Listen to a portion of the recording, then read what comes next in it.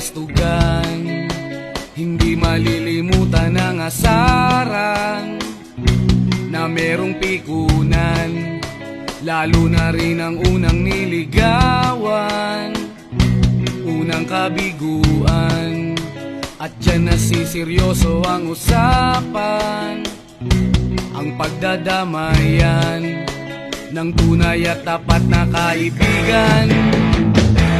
Totoong mga buwan